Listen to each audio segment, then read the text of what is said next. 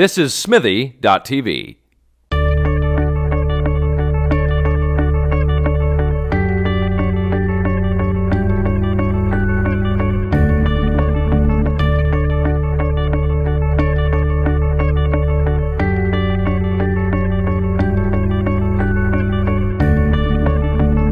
Hi, I'm Katie Ullman reporting for Katie Chats here at Smithy TV in downtown Toronto with the award-winning director, Jim Donovan. How does it feel to be nominated for a Canadian Screen Award? It's pretty awesome to start the year this way. I mean, I have to say I was not expecting it because I had sort of forgotten, as you know, like this year, the Geminis and the Genies kind of like are fused together. Mm-hmm. So when I originally found out that the producers, Bill and Anne-Marie, had sent the Flashpoint episode to the Geminis, this was like 6 months ago. And quite frankly, I just, I had forgotten. I was just coming back from vacation, coming back from Miami. I'm feeling great, it's kind of like doing stuff. And suddenly I start getting like 50 emails. Congratulations. It's like, what? And then I went online and I found out, oh yeah, the Canadian Screen Awards. So it's a great surprise. I'm super happy. And what's your favorite part about that episode that you directed for Flashpoint? It's about time. Yeah, it's a Valentine's Day episode. It was, obviously I had just moved to Toronto from Montreal, and it was an amazing challenge. It was my first 1 hour dramatic show, like the first 1 hour that I'd ever done for television. So it's kind of cool that one is nominated for a prize. I think, I also loved the experience of working with the writers who were also the show creators, so Stephanie and Mark. And so that was fun to be able to actually, since it was my first show for them, to work with the show creators who had written the script. So that, because Flashpoint is very much, as you know, like, there's snipers, there's SWAT, there's a lot of military stuff. And sometimes it's related to the space you're in. So I was able to, like, when I had a question maybe about some kind of issue with the space, be able to call directly the show creators. Who better to sort of say, okay, we can change that, or maybe you should think about this. So it was really collaborative that way. And I got to work with a military advisor too. Oh. Yeah, 2 days with a guy who had been to Afghanistan. So that was really cool. Wow. Yeah. You'll see it if you watch the show. Yeah. Awesome. And growing up, you were the designated tour guide in your family for going to Universal Studios.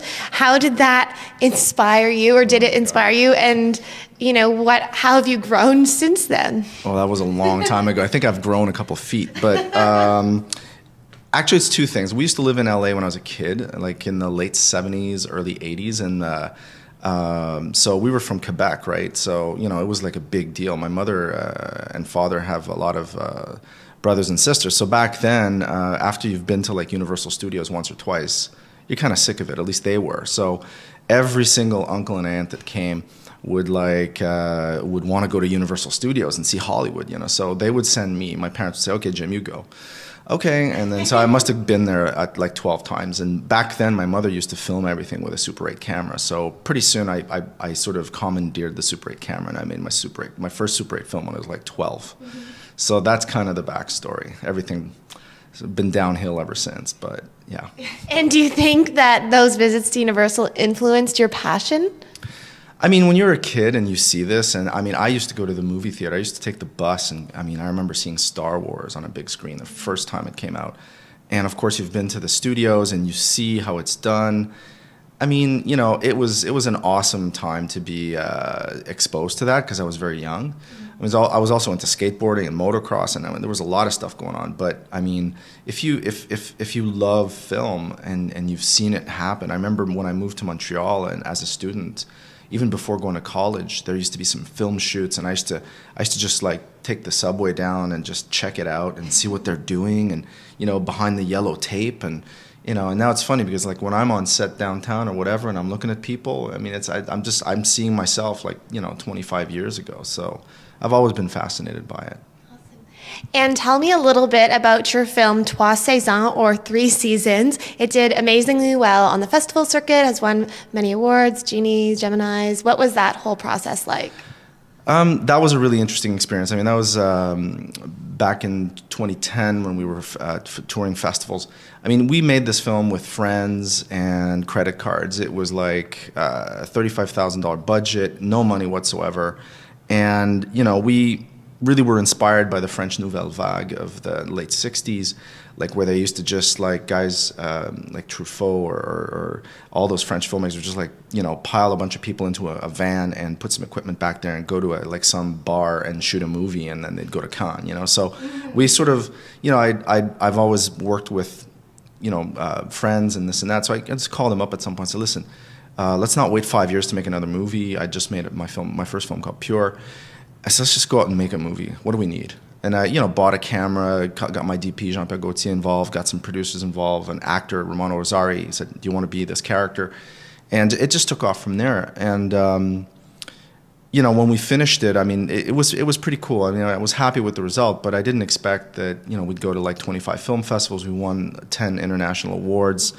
And I certainly didn't expect to be nominated for Best Picture at the Genies in 2010. I mean, I was flabbergasted. I mean, you know, there were huge films that year, and it proved that, you know, you can make a film with the kind of equipment you guys are using here. It doesn't matter if the story's good. It doesn't matter if it costs $10 million or $10,000 if there's a good concept. So, you know, people will notice. So it was a really great experience for me. It was an eye-opening experience, just kind of throwing me back to my Super 8 days in certain ways, you know. So that was a great experience for sure.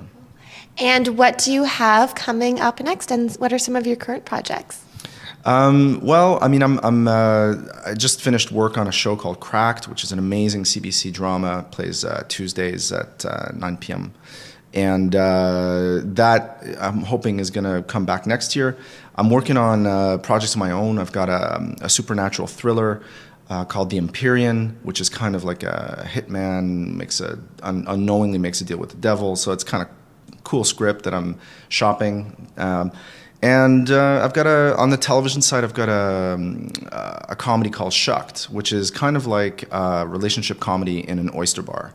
So if you cross like Californication with Cheers, that you'd sort of get shucked. So we're going to probably shoot some improv and shoot some stuff for the web and see where it goes. So those are some of the projects I'm doing right now. Great. And what advice would you give to a young aspiring director?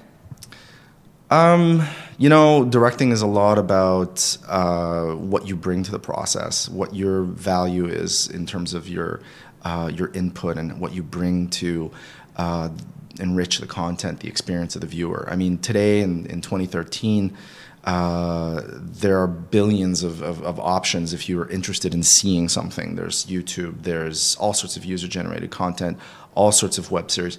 I think, you know, like the first step, you know, read, consume, be inhabited by all sorts of stories and things that matter to you, and then go out and do it. Because more than ever, I mean, if you can shoot and you can edit and you teach yourself how to do it, then it really just becomes about your own voice. It becomes about your vision. And I think that's critical. That's where you become a director. I think it's no longer sufficient to be able to just make a piece of film or a piece of video. I think it's more about what you bring to it, what your soul is. Same with music, same with literature, all that. Yeah. And where's the best place to find out more information on you and your work online?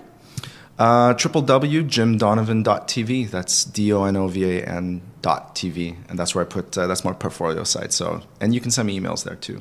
Great. It's a very pretty site. I checked it out. Thank you. Thank you so much. Congratulations, and have an amazing time at the CSAs. Thank you. Thank you. I'm Katie Ullman reporting for Katie Chats here at Smithy TV in downtown Toronto.